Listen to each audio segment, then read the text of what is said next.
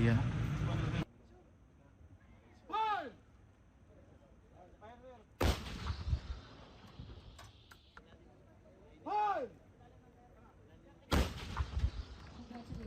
Exercises po nito, ang isang purpose po nito is makita po natin kung gaano po ka-prepared ang mga iba't ibang units ng ating AFP sa interoperability, readiness, cohesiveness, at katulong na din po dito ang ating LGU, local government units, kung paano po sila mag-perform when in cases po na may mga possible or hindi naman natin sinasabi mga eventualities ng invasion dito sa Pilipinas.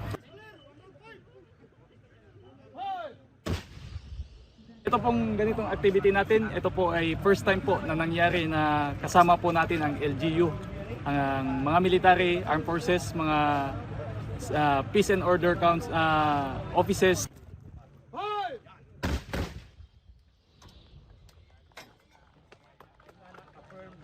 Ito ang napakagandang advantage na may kaalaman tayo kung anong dapat gawin, especially ang ating mga civilian, and ma-inform na natin sila earlier kung ano yung dapat na mga preparation na pwede nilang gawin in the future.